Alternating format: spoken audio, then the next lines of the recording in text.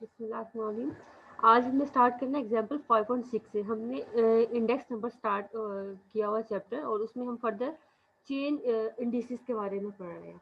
अब chain indices आपने तब बनानी होती है जब आप लिंक रिलेटिव कैलकुलेट करते हैं। प्राइस रिलेटिव तो आपको पता है सिंपली होता है, प्राइस रिलेटिव तो सिंपल आपने कैलकुलेट करना होता है P N over P nought. P N का मतलब है गिवन ईयर भी कह सकते हो उसको और करंट ईयर भी कह सकते हो। पी नोट का मतलब है जो आपका बेस ईयर होता है मल्टीप्लाई बाय 100। इस तरह से आप प्राइस रिलेटिव कैलकुलेट कर लेते हो। लिंक रिलेटिव मैंने आपको कल बताया था कि किस तरह से करना होता है। आपने जो भी आप जिस ईयर का कैलकुलेट कर रहे हैं उसको फॉर एग्जाम्पल अगर आप पी एन कह रहे हैं तो उसके प्रीवियस ईयर से आपने उसको डिवाइड करना है पी एन माइनस वन। ठीक है, हर एक की प्रीवियस वैल्यू से आप डिवाइड करते जाएंगे, मल्टीप्लाई बाय 100 करेंगे तो ये आपका हो जाएगा लिंक रिलेटिव। ठीक है, ये आपका लिंक रिलेटिव और ऊपर वाला आपका प्राइस रिलेटिव। अब जो आपने लिंक रिलेटिव होता है ये तो आपने बस सिंपल, प्राइस रिलेटिव जो होता है सिंपल वो आपने बस कैलकुलेट करके बता देना होता है। लिंक रिलेटिव के फर्दर आपने जो है चेन इंडिसेस कैलकुलेट करना होता है। तो कल आप थोड़ा सा मैंने आपको ओवरव्यू तो दिया था कि किस तरह से करते हैं चेन इंडिसेस। आज एक और एग्जांपल है उसकी, तो उसके थ्रू आपको ज़्यादा क्लियर हो जाएगा।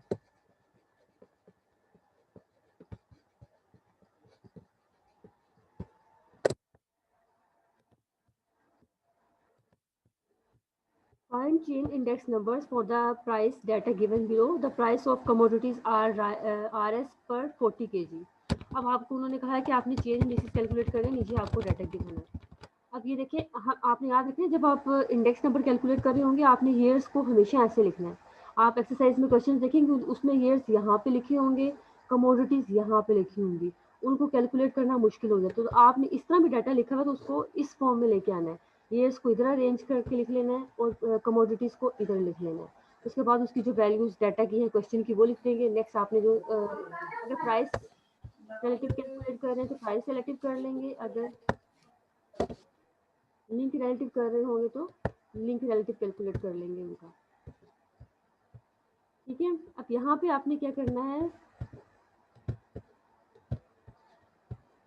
आपने यहाँ पे उन्होंने मेंशन नहीं किया कि आप प्राइस रिलेटिव ये बेस ईयर है तो इसके मुताबिक आप प्राइस रिलेटिव निकालें, उन्होंने मेंशन नहीं किया, इसलिए हम इसके लिंक रिलेटिव कैलकुलेट करेंगे सबसे पहले, बाद में इसके चेन इंडिसेस कैलकुलेट करेंगे। ठीक है,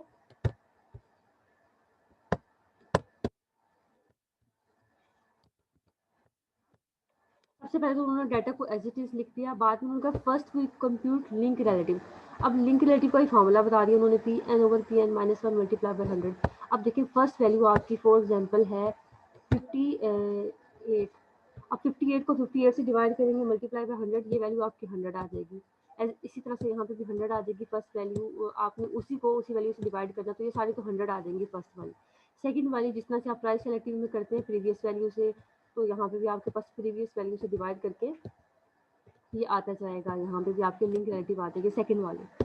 अब थर्ड जब आपने 1982 का करना है तो फिर याद रखिए आपने इस बेस ईयर, इसको बेस ईयर नहीं लिया हुआ, आपने इसे प्रीवियस वैल्यू से डिवाइड करना है, मल्टीप्लाई बाय 100 करेंगे। ठीक है, आपने 130 को 120 से डिवाइड किया, मल्टीप्लाई बाय 100, 30 को 30 से डिवाइड किया, मल्टीप्लाई बाय 100, 95 को 90 से डिवाइड किया, मल्टीप्लाई बाय 100।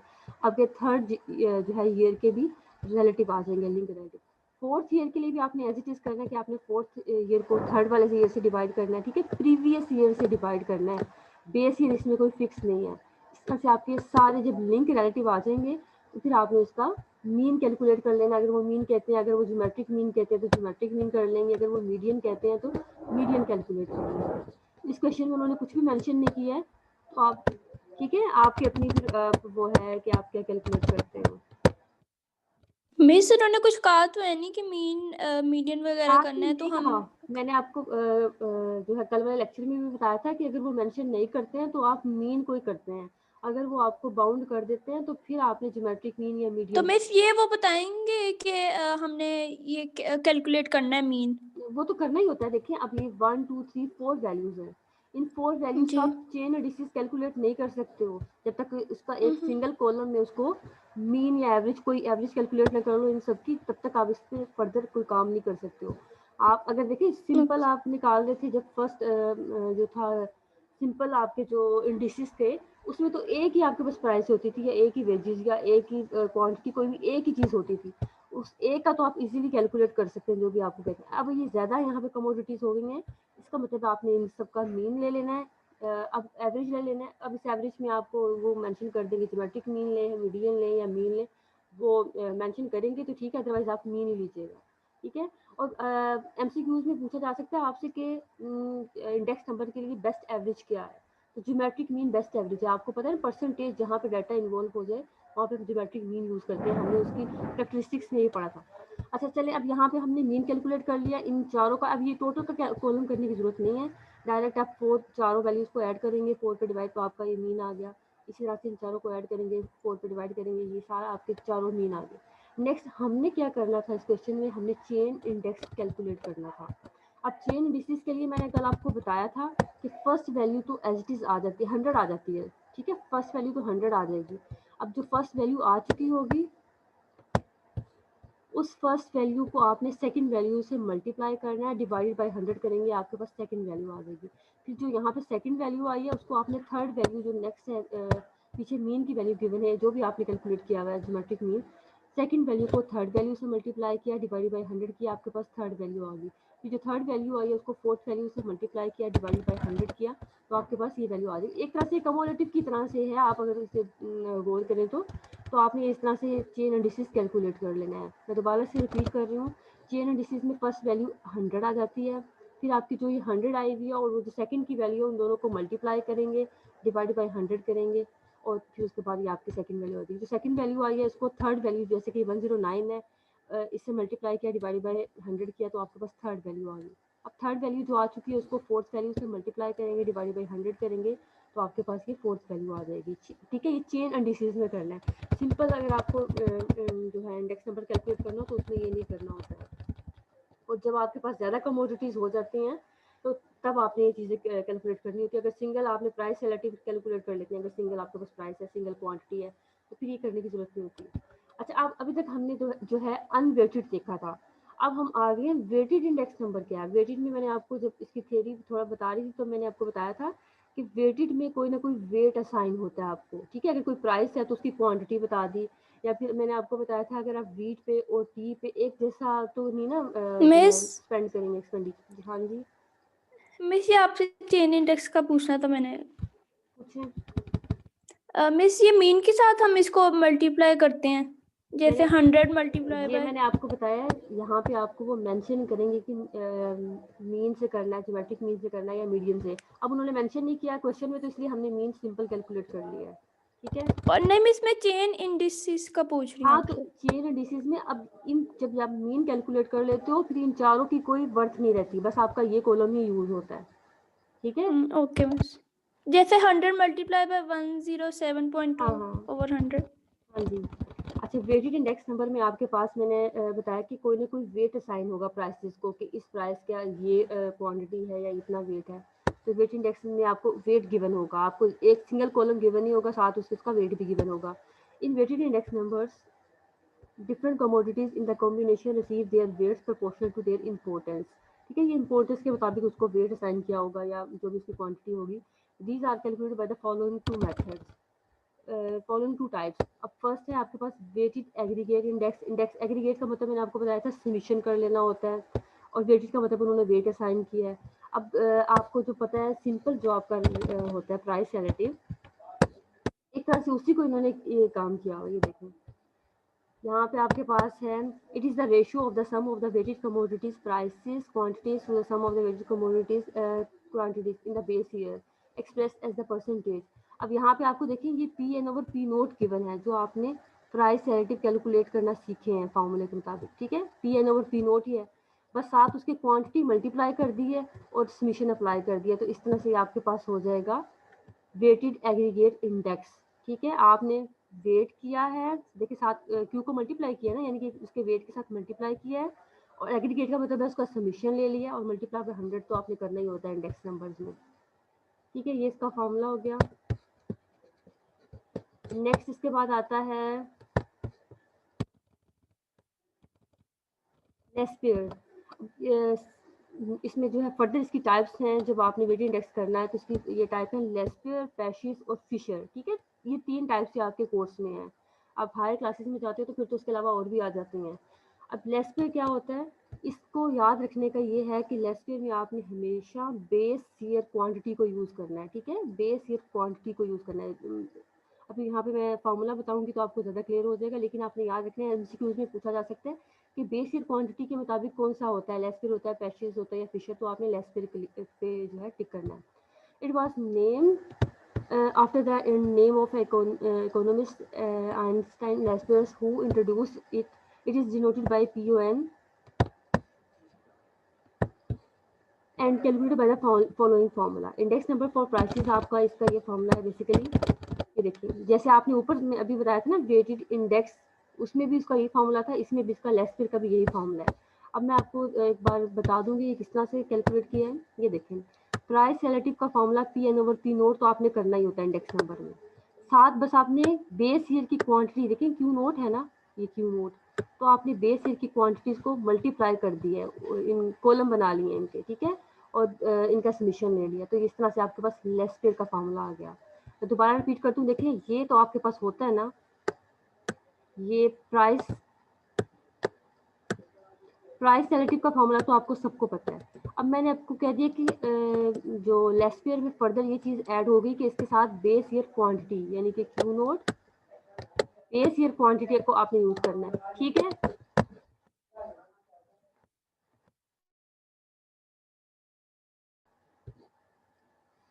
इसमें मैंने आपको बताया कि ये आपके जो प्राइस रिलेटिव तो P N over P nought का फॉर्मूला आपको पता ही कि इस तरह से आपने इसको डिवाइड करना होता है। साथ बस आपने क्यू नोट को मल्टीप्लाई भी कर दिया, डिवाइड भी कर दिया, ठीक है, क्योंकि ये हम लेस पेयर में क्या करते हैं, बेस ईयर को क्वांटिटी लेते हैं।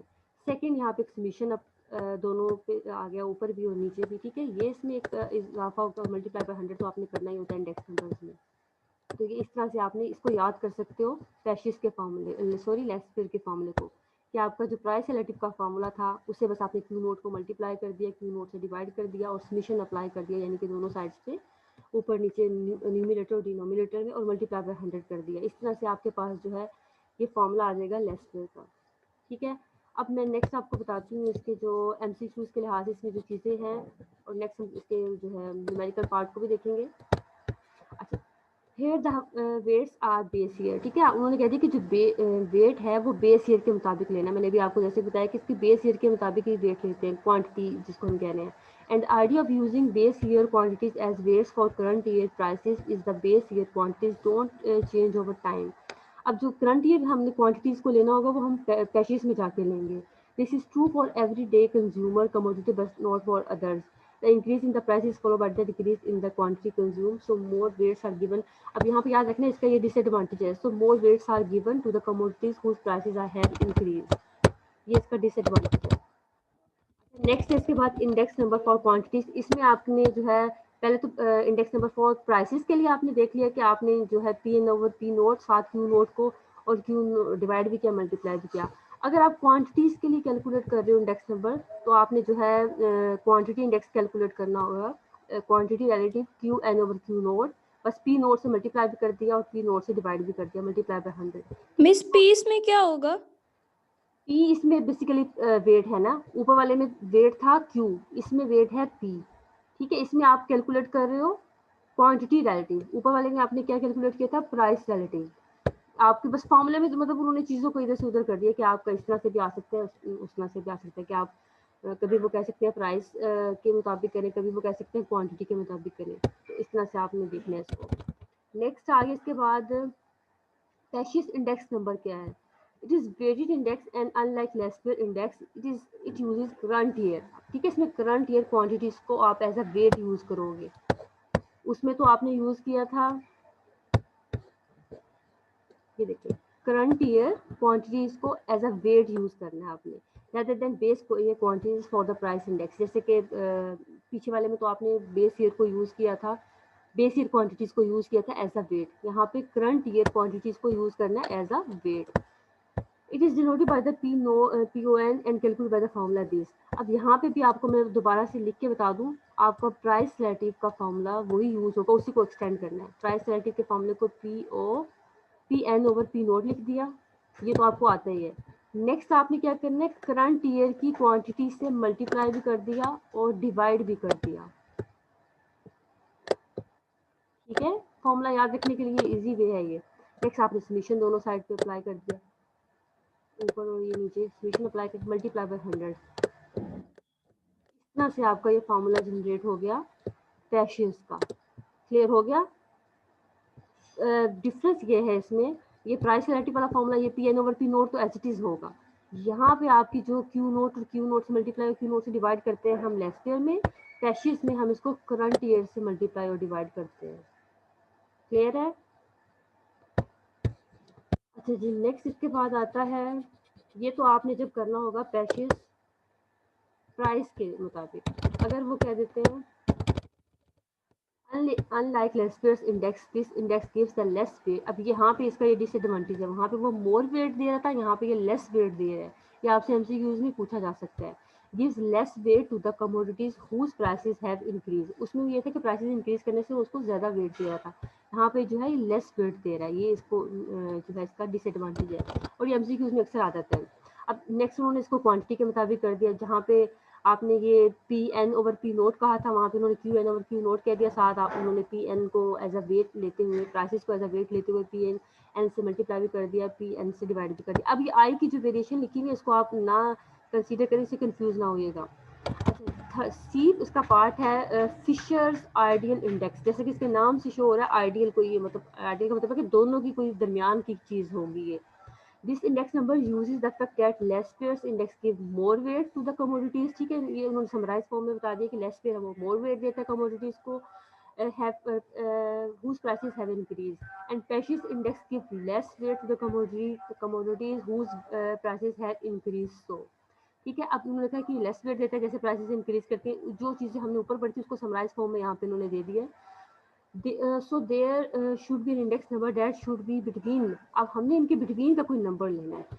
This aim is achieved by taking the geometric mean। अब मैंने आपको बताया था geometric mean बेस्ट एवरेज है इंडेक्स नंबर के लिए। उन्होंने कहा कि इस चीज़ के लिए हम जो है हमारा एम अचीव करने के लिए हम geometric mean ले लेते हैं इन दोनों का।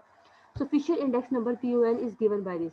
अब फिशर ने क्या किया कि ये आपके पास देखें ज्योमेट्रिक मीन है दोनों का, लेस्पेयर इनटू पैशिस। जो लेस्पेयर का रिजल्ट आता है, जो पैशिस का रिजल्ट आता है, दोनों को मल्टीप्लाई करें, उसका अंडर रूट लें, तो ये आपका फिशर आइडियल बन जाता है। नेक्स्ट उन्होंने कहा कि फर्दर अगर हम वैल्यूज को पुट करते हैं तो ये इस तरह से आता है। अब देखें 100 इसका बाहर है, 100 बाहर क्यों है? 100 की पावर स्केयर होगी ना, एक 100 तो पैशिस का, एक 100 लेस्पेयर का, वो दोनों पावर स्केयर होगी तो पावर को अंडर रूट से कैंसिल करके उन्होंने बाहर लिख दिया है। अगर आप इसको अंडर रूट के अंदर लिखेंगे तो 100 का स्केयर लिखेंगे। अब मिस हाँ जी, इसका ये ऊपर वाला फॉर्मूला यूज करेंगे? हाँ ये देखिए ऊपर वाला ये है P N over P nought Q nought, ये आपका लेस्पेयर वाला हो गया, ये पैशिस वाला वो जो ब्रैकेट के अंदर फॉर्मूला था, बस मल्टीप्लाई बाय 100 उन्होंने यहाँ पे नहीं आपको। मिस, ये दो दिए हुए हैं ना, दो दिए हुए हैं, हाँ तो लेस्पेयर और हाँ दोनों, ये देखिए आप, मैंने बताया था लेस्पियर में आपका क्वांटिटी होती है बेस ईयर के मुताबिक, पैशियस में क्वांटिटी होती है करंट ईयर के मुताबिक। तो जो दोनों ऊपर हमने फॉर्मूला पढ़े उन दोनों को मल्टीप्लाई कर दिया तो ये आपका बन जाएगा, और अंडर रूट ले तो लिया। मिस ये ऊपर वाला क्या है? लेस्पेयर मल्टीप्लाई बाय इस पैशियस। चीज़ में ये देखो, ये चीज़ थी, इसमें उन्होंने फार्मूला की वैल्यूज पुट कर दी और कुछ नहीं किया। ये देखो यहाँ पे ये लेस्पियर का फार्मूला आ गया, सॉरी पैशियस का, और ये लेस्पियर का, उनके फार्मूला फर्दर पुट करके उन्होंने बता दिया कि फर्दर ये इस तरह से बन जाता है। ठीक है, एमसीक्यूज में इस तरह से भी आ ओके सकता है, मिस। एमसीक्यूज में ऐसे ऑप्शन भी आ सकते हैं, और क्वेश्चन में तो आपको पता ही आप कर ही लेंगे, लेकिन एमसीक्यूज में भी दोनों तरह के तरह से आ सकते हैं कि आपसे पूछ सकते हैं कि इसमें से फिशर कौन सा है। आपको कहीं पे यहाँ पे अंडर रूट दे देंगे और इसमें आपको होल पे अंडर रूट दे के बता देंगे, तो वो गलत होगा, क्योंकि अंडर रूट इस पे नहीं आना 100 पे, क्योंकि 100 स्केयर हो गया, एक 100 इसका एक 100 इसका, तो 100 स्केयर हो गया और एक अंडर रूट से कैंसिल हो गया, यहाँ पे जस्ट एक 100 आएगा। इसके बाद आते हैं, इसकी एग्जांपल है इन तीनों पॉइंट्स की। Complete index numbers from the following data using 1964। अब 1964 को उन्होंने क्या कहा है, एज अ बेस लेना है। इसका मतलब है 1964 की जो क्वांटिटी होगी, जो प्राइस होगी, वो आपकी पी नोट और क्यू नोट होगी। आपने कैलकुलेट क्या करना है, लेस्पियर, पैशिस एंड फिशर तीनों कैलकुलेट करने for the following data using 1964 as a base. अब यहाँ पे देखें, मैं आपको इसके ऊपर लिख के बता देती हूँ ये क्या है। 1964 ये है ना, बेस है बेसिकली, ठीक है, ये बेस ईयर है आपका, और ये वाला आपका क्या है, गिवन ईयर या करंट ईयर। अब इसकी जो प्राइस हो जाएगी वो क्या हो जाएगी, पी नोट हो जाएगी। इसकी क्वांटिटी क्या हो जाएगी, क्यू नोट हो जाएगी। इसकी प्राइस क्या हो जाएगी, पी एन हो जाएगी। इसकी क्वांटिटी क्या हो जाएगी, क्यू एन हो जाएगी। ठीक है, ये तो आपको कॉलम्स के नाम मैंने बता दिए कि बेस ईयर वाले जो है वो नोट में और करंट ईयर वाले एंड में। नेक्स्ट फर्दर आपने जब इसको लेस पर कैलकुलेट करना है, पैसे मिस 1967 की क्या होगी? पीएन। हाँ एन होगा। अच्छा, अगर आप फर्दर आपने लेसर पैशेज और फिशर कैलकुलेट करना है तो आपके कॉलम्स बन जाएंगे। अब आपने जब कैलकुलेट करना होगा फॉर एग्जांपल लेसफेयर में आपको पता है पी एन और क्यू नोट ऊपर आता है, तो आप पहले कॉलम बना लेंगे पी एन और साथ क्यू नोट, एक कॉलम आपका ये बन जाएगा। अब इसमें क्या करना होगा, पी एन आपका ये वाला और क्यू नोट ये, इन दोनों को मल्टीप्लाई करेंगे, यहाँ पे वैल्यू आ जाएगी। फिर 15 को 5 से मल्टीप्लाई करेंगे, यहाँ वैल्यू, इस तरह से आपकी चारों वैल्यूज आ जाएंगी। नेक्स्ट आपका कॉलम बनेगा लेसफेयर के लिए, आपको पता है जो डिनोमिनेटर में होगा पी नोट और क्यू नोट। अब पी नोट और क्यू नोट कौन सा कॉलम होगा, ये वाला पी नोट और ये क्यू नोट, इन दोनों कॉलम्स को आपस में मल्टीप्लाई करेंगे, जो वैल्यू आएगी वो यहाँ पे लिख देंगे। इस तरह से यहाँ पे हर एक वैल्यूज के कोरस्पॉन्डिंग आप मल्टीप्लाई करते जाएंगे और यहाँ पे वैल्यूज आती जाएंगी। ये आपका लेसफेयर के दोनों कॉलम्स कंप्लीट हो गए। नेक्स्ट आपने पैशेस का बनाना होगा, तो पैशेस में आपको पता है पहले तो पी एन आता है ना ऊपर और साथ उसके क्यू एन आता है। पी एन क्यू एन का मतलब इन दोनों जो है आपस में इनको मल्टीप्लाई करेंगे और यहाँ पे वैल्यू लिख देंगे जो भी आएगी। सिमिलरली इनको मल्टीप्लाई करते जाएंगे और यहाँ पे वैल्यूज को लिखते जाएंगे। फोर्थ कॉलम इसमें बनेगा आपका पी नोट, जो नीचे आएगा उसमें पैशेस में P nought Q N. P nought Q N का मतलब है ये फर्स्ट और लास्ट कॉलम को आपस में मल्टीप्लाई करना है। 10 इंटू 15 यहाँ पे वैल्यू आ जाएगी, 20 इंटू 9 यहाँ पे वैल्यू आ जाएगी। सो आप ये चारों वैल्यूज कैलकुलेट कर लेंगे, इनका सम कैलकुलेट कर लेंगे, क्योंकि आपने देखा फॉर्मूला में आपने समीशन लिए हुए हैं सबके, इसका मतलब आपने इन कॉलम्स के सम लेने होंगे।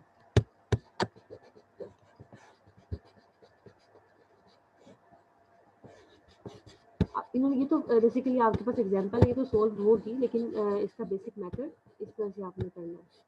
यहाँ मैं आपको एग्जांपल अब दोबारा से दिखा दूँ एक बार।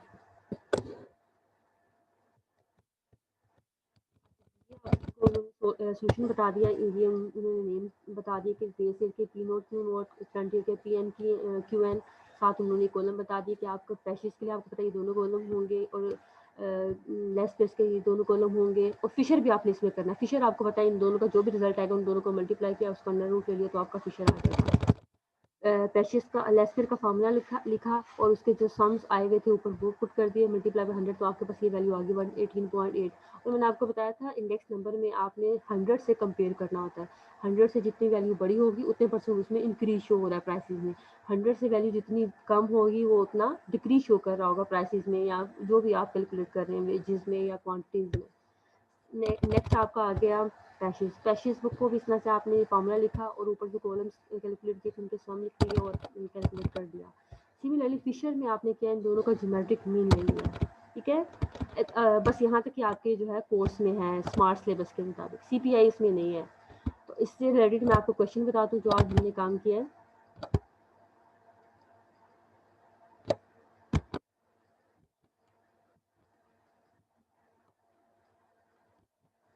कल हमने क्वेश्चंस किए थे 5.20 तक किए थे हमने, आज हमने 5.21 से देखने हैं। 5.20 तक किए थे ना। 5.21 में हमने करना है compute Fisher ideal index number for the miss following. 5.21 तक तो नहीं किए थे, 5.20 तक 5.15 तक किए थे। नहीं, आप दोबारा ध्यान से देखिए मैंने। अच्छा जी मिस। चले मैं दोबारा से 15 तक। मिस स्मार्ट सिलेबस के मुताबिक नहीं हाँ करना हमने। हाँ स्मार्ट के मुताबिक कर रहे हैं। अच्छा 5.16 से मिस 5.15 स्मार्ट सिलेबस में है ही नहीं, 5.16 है, 5.17 है। अच्छा जी, इसमें 5.16 हमने करना है फाइंड। अब ये क्वेश्चन को ध्यान से देखना, एग्जाम्पल से थोड़ा सा ये मुख्तलिफ है। Find chain index numbers using geometric mean, आपने ज्योमेट्रिक मीन कैलकुलेट करना, वहाँ पे अरिथमेटिक मीन किया था आपने, to average relative for the following data of prices taking 1970 as a base year. अब इस चीज़ में ये आपका डिफरेंस आ गया। मैंने आपको बताया था कि आपने चेन इंडिसेस हमेशा लिंक रिलेटिव के कैलकुलेट करने, मैंने अभी आपको ये बताया था ना, लेकिन यहाँ भी उन्होंने बेस ईयर मेंशन कर दिया। इट्स मीन कि आपने प्राइस रिलेटिव कैलकुलेट करने हैं यहाँ पे, उस प्राइस रिलेटिव का आपने इंडेक्स नंबर कैलकुलेट करना होगा, लिंक रिलेटिव कैलकुलेट करने की आपको जरूरत नहीं है, ठीक है। अब इसमें है 5.20 मिस लिंक रिलेटिव कब करते हैं? लिंक रिलेटिव हम करते हैं जब उन्होंने बेस ईयर ना दिया। हाँ, जब उन्होंने बेस ईयर ना दिया हो और हमने चेन इंडिसेस कैलकुलेट करने हो। जी अच्छा मिस। इसमें है देखें, आपको मैंने अभी आपको एग्जांपल में भी बताया था कि आपने ईयर्स को इस तरह लिखने के बजाय आपने ईयर्स को यहाँ लिख लेना है, ठीक है। ईयर्स को आप इस तरह से लिख लेंगे। नेक्स्ट कमोडिटीज को आपने ऐसे लिख लेना है, जैसे कि यहाँ पे कमोडिटी ए आ गई, बी आ गई, सी आ गई, डी आ गई, और जो भी मतलब यहाँ पे तो डी तक है। इस तरह से आपने डाटा को सबसे पहले डाटा को अरेंज करके इस फॉर्म में लिखेंगे, तो आपको कैलकुलेशन ईजी होगी। इस तरह करने से आपसे कैलकुलेशन नहीं होगी, आप कंफ्यूज हो जाओगे। जब आप इस तरह से सारा डाटा कर लेंगे तो उसके बाद प्राइस रिलेटिव कैलकुलेट करना आपके लिए कौन सा मुश्किल है। उन्होंने कह दिया कि जो फर्स्ट आपका ईयर है ये आपका बेस ईयर है, तो इसके मुताबिक आप कैलकुलेट करते जाओगे प्राइस रिलेटिव। फर्स्ट वाले की तो 100 आती है, सेकंड वाले की जो है बेस ईयर से डिवाइड करके सेकंड की आ जाएगी, थर्ड वाले की जो है बेस ईयर फिक्स है तो बेस ईयर से डिवाइड किया, फिर थर्ड वाली आ गई, फोर्थ की भी इस तरह से आपने बेस ईयर से डिवाइड किया मल्टीप्लाई 100। इस तरह से आप जो है सारे प्राइस रिलेटिव कैलकुलेट कर लेंगे, ठीक है। जब प्राइस रिलेटिव कैलकुलेट कर लिया उसके बाद आपने ज्योमेट्रिक मीन लेना है, ये बात याद रखें। सिंपल मीन नहीं लेना, उन्होंने ज्योमेट्रिक मीन मेंशन किया, तो यहाँ पे आप नेक्स्ट आगे ज्योमेट्रिक मीन लेंगे। ज्योमेट्रिक मीन क्या करेंगे, आप जो चारों वैल्यूज हैं उन चारों वैल्यूज को मल्टीप्लाई करेंगे और उसकी पावर 1/4 ले लेंगे, तो आपके पास ये ज्योमेट्रिक मीन आ जाएगा। सिमिलरली सेकंड का, थर्ड का, फोर्थ का आपने पावर 1/4 लेते जाएंगे तो आपके पास ज्योमेट्रिक मीन इन चारों के आते जाएंगे, ठीक है। ये इस तरह से आपने क्वेश्चन कर लेना है। नेक्स्ट क्वेश्चन को देखते हैं। 5.17 मिस जी ज्योमेट्रिक मीन का नहीं समझ आया, ये हम अंडर रूट लेके करेंगे ना? अंडर रूट तो हम जब लेते हैं अगर दो वैल्यूज हो, अब वो वैल्यूज अगर 4 हैं तो उन चारों की तो पावर 1/4 आएगी ना। ज्योमेट्रिक मीन क्या होता है, जितना आपका तो ये सारों को मल्टीप्लाई करके और फिर 1/4 ये देखो लेंगे। ज्योमेट्रिक मीन आपका होता है आपने वैल्यूज को मल्टीप्लाई करना है। फॉर एग्जांपल x1 है, x2 है, यानी कि मैं बता दूं 3 वैल्यूज अगर आपकी हैं, जी उन तीनों वैल्यूज को मल्टीप्लाई किया और उनकी पावर 1/3 ले ली। 1/4। 3 ले ली, अच्छा ठीक है, जितनी आपकी ठीक है वैल्यू। ठीक है। अगर आपकी 4 वैल्यूज है तो पावर 1/4 ले लेंगे, अगर वैल्यूज 2 जी है तो 1/2 ले लेंगे, और 1/2 जो होता है वो अंडर रूट होता है, लेकिन 1/3 और ठीक 1/4 अंडर रूट नहीं होता है। ओके। अच्छा जी, इसके बाद आते हैं next 5.17. The following table gives the average whole sale prices in the rupees per unit of the gold, wheat, cotton during the year 1912, 1917. Construct the index number with 1912 as a base. आप में से कोई ना सबकी attendance जो है screenshot लेके मुझे सेंड कर देना। अच्छा, इसमें आपने जो है बेस ईयर उन्होंने यहाँ पे भी फिक्स करके बता दिया है, 1912 है। मोइजा लेके सेंड करने के है वो क्लास में, तो 1912 है उसको आपने एज अ बेस ईयर लेना है। नेक्स्ट आपने मैथमेटिक मीन और ज्योमेट्रिक मीन को कैलकुलेट करना है, ठीक है। अब यहाँ पे भी मैंने आपको बता देती हूँ कि क्या करना है आपने। यहाँ पे भी आपने ईयर्स को यहाँ अरेंज कर लेना है, कमोडिटीज को यहाँ पे लिख लेना है, ठीक है। और उसके बाद उन्होंने बेस ईयर फिक्स कर दिया है, इसका मतलब इसमें भी लिंक रिलेटिव कैलकुलेट करने की जरूरत नहीं है, इसमें भी आप प्राइस रिलेटिव ही कैलकुलेट करेंगे, ठीक है। और यहाँ पे आपके पास 3 वैल्यूज हैं, तो ज्योमेट्रिक मीन में 1/3 आ जाएगा। वैल्यूज को मल्टीप्लाई किया 3 को और 1/3 उसके पावर लेते गए। और अरिथमेटिक मीन में तो आपको पता है उन तीनों वैल्यूज जो भी आई हैं उनको ऐड किया और 3 पे डिवाइड किया तो आपके पास अरिथमेटिक मीन आता जाता है। इस तरह से आपने अरिथमेटिक मीन और ज्योमेट्रिक मीन उन वैल्यूज का कैलकुलेट कर लेंगे, ठीक है। और इसमें भी आपने प्राइस रिलेटिव लेना है, लिंक रिलेटिव लेने की जरूरत नहीं है क्योंकि बेस ईयर फिक्स करके बता दिया उन्होंने। नेक्स्ट क्वेश्चन पे हम जाते हैं। क्वेश्चन नंबर है 5.18। अच्छा, ये सब चैप्टर सबसे इजी है, इसके बिल्कुल सेम मेथड है सारे। Construct chain indices for the following data taking 1940 as a base. इसमें भी उन्होंने बेस ईयर फिक्स कर दिया, इसका मतलब इसमें भी आपको लिंक रिलेटिव कैलकुलेट करने की जरूरत नहीं है। सबसे पहले इस साइड पे आप बेस वो ईयर्स को करेंगे, इस साइड पे आप व्हीट, राइस एंड जो मेज उसको लिख लेंगे। नेक्स्ट आपने इसमें उन्होंने मेंशन नहीं किया है कि आपने सॉरी ऊपर आपने चेन इंडिसेस तो नहीं लेना था, नहीं यहाँ पे चेन इंडिसेस नहीं लेना, लेकिन यहाँ पे चेन इंडेक्स निकालना है। ये 5.16 में चेन इंडेक्स का आपको पता है कि कैसे, जब आप इसका ज्योमेट्रिक मीन कैलकुलेट कर लेंगे वो एक कॉलम आ जाएगा, first value as it is, फिर जो फर्स्ट वैल्यू उसको सेकंड वाले ज्योमेट्रिक मीन से मल्टीप्लाई डिवाइडेड बाय 100 किया तो आपको सेकंड ज्योमेट्रिक मीन आ सॉरी चेन इंडिसेस आ जाएगा। फिर जो सेकंड चेन इंडिसेस आया उसको थर्ड जो ज्योमेट्रिक मीन होगा उससे मल्टीप्लाई डिवाइडेड बाय 100 आपका थर्ड चेन इंडिसेस आ जाएगा। इसी तरह से फोर्थ आप कैलकुलेट कर लेंगे। 5.17 में आपने नहीं करना है और 5.18 में भी आपने चेन डिसीज कैलकुलेट करना है। सबसे पहले तो आपने जो है सिंपल प्राइस रिलेटिव कैलकुलेट कर लिए सारे। नेक्स्ट उन्होंने मेंशन नहीं किया तो आप सिंपल अरिथमेटिक मीन कैलकुलेट कर लोगे उनका। उस अरिथमेटिक मीन का आप नेक्स्ट चेन डिसीज कैलकुलेट करेंगे जैसे एग्जांपल में किया था। फर्स्ट वैल्यू तो 100 आती है, फिर 100 के साथ आपका नेक्स्ट जो अरिथमेटिक मीन था उससे मल्टीप्लाई करेंगे डिवाइडेड बाय 100, आपकी सेकंड वैल्यू आ जाएगी। जो सेकंड आई है उसको थर्ड वाले अरिथमेटिक मीन से multiply divided by 100 third value. So आप इसमें से सारे कैलकुलेट कर लेंगे। अब नेक्स्ट आ गया है आपने जो पढ़ा है weighted index. Construct weighted index for the 1963। Miss ये लास्ट क्वेश्चन है ना? देखते हैं। अच्छा, इसमें है आपका कंस्ट्रक्ट इंडेक्स नंबर। आपने जो लेस्टर पैसेज के क्वेश्चन किए हैं वो तो करने हैं ना, जाहिर सी बात है। मैं आपको ज़्यादा नहीं कराती, कल दे दूंगी कुछ, 1-2 आज दे देती हूँ। आपने जो है 1963 का जो है करना है construct index number for 1963 assuming 1953 as a base. अब उन्होंने मेंशन कर दिया 1953 को एज अ बेस। इसका मतलब है आपने क्या करना है, सबसे पहले ये आपका हो गया पी नोट, ये आपका हो गया क्यू नोट, नेक्स्ट आपका हो गया पी एन, नेक्स्ट हो गया क्यू एन। इसके आपने जो है लेस पेयर पैसेज दोनों कैलकुलेट करने हैं। आपने पी ओ एन कहते हैं हम, जो आपने फार्मूला कैलकुलेट कर देते हैं। लेस पेयर के लिए आपने क्या करना होगा, summation P N Q nought, summation P nought Q nought multiply by 100। इस तरह से आपके पास आ जाएगा फर्स्ट लेस पेयर। पैसेज के लिए यहाँ पे बस जो है एन आ जाएगा, बाकी सारा सेम होगा। इस तरह से आपके 4 कॉलम बन जाएंगे। इन 4 कॉलम को आप कैलकुलेट करेंगे और इन फार्मूलाज में पुट करते जाएंगे तो आपके पास रिजल्ट आ जाएगा। ठीक है, बिल्कुल इजी, इसमें मुश्किल है ही नहीं आपकी। तो बाकी चीज़ों में तो होता है ना कि ये इतने बड़े बड़े वैल्यूज भी ज़्यादा बड़ी और पता नहीं क्या क्या इधर से उधर से डाटा को ला के फिर करते हैं। ये सिंपल बिल्कुल सेम स्ट्रेट फॉरवर्ड तरह के क्वेश्चन है। 5.20 compute the weighted index number. अब वेटेड इंडेक्स हमने पढ़ा लेस पेयर पैसेज, ये पढ़ा है ना, फॉर 1964 के लिए आपने करना है from the following data with base 1960। अब ये वाली जो है 1960 की प्राइस जो है ये पी नोट हो गई, ये आपकी जो है 1964 की हो जाएगी पी एन, ये पी क्यू नोट और ये क्यू एन। इस लेस पेयर पैसेज दोनों कैलकुलेट कर लेंगे।